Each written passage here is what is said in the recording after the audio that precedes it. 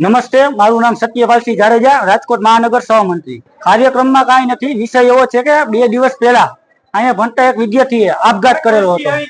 આપઘાત કર્યો હતો, તે દરમિયાન હોસ્પિટલે અમે ગયા હતા, તો હોસ્પિટલે તેનું મૃત્યુ પામ્યું હતું, બરાબર। ત્યારબાદ આજે અમે અહીંયાના કોઈ પણ સંચાલક જે પ્રિન્સિપલ છે, ટ્રસ્ટી છે, તેને આવેદનપત્ર દેવા આવ્યા હતા, પણ અહીંયા કોલેજમાં કોઈ પ્રિન્સિપલ, ટ્રસ્ટી કે કોઈ શિક્ષક હાજર નથી। જે અહીંયા ક્લાસ ચાલુ હતા તે બાળકોને ક્લાસમાં મૂકીને બીજા શિક્ષકો જે હતા તે પણ ચાલ્યા ગયા હતા। અને બાળકે આપઘાત કર્યો તેનું કારણ એવું હતું કે તેના પરિવારજનો પાસે જાણવા મળ્યું કે થોડા સમયથી તે વિદ્યાર્થીને વારંવાર અહીંયાના સંચાલકો દ્વારા લાંચ લેવા માંગણી કરતા હતા કે તું મને આટલા રૂપિયા આપ તો તારી કેટલી સોલ્વ કરી દઉં, તને પરીક્ષામાં પાસ કરી દઉં।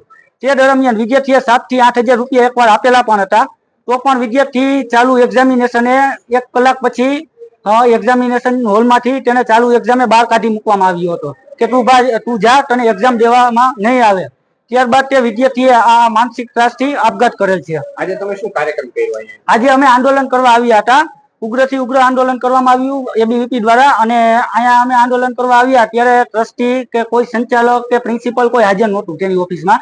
ત્યારબાદ અમે બીજા શિક્ષકોને મળ્યા, તો એ શિક્ષકોએ પણ અમને કાંઈ જવાબ ના આપ્યો અને પોતે ચાલ્યા ગયા। તમે શું કાર્યક્રમ કર્યો? કાર્યક્રમ તો કાંઈ નહીં, અમે તાળાબંધી કરી, અમે ક્લાસ ખાલી કરાવ્યા, વિદ્યાર્થીને બહાર કઢાવ્યા, વિદ્યાર્થીઓ પણ અમારી સાથે છે।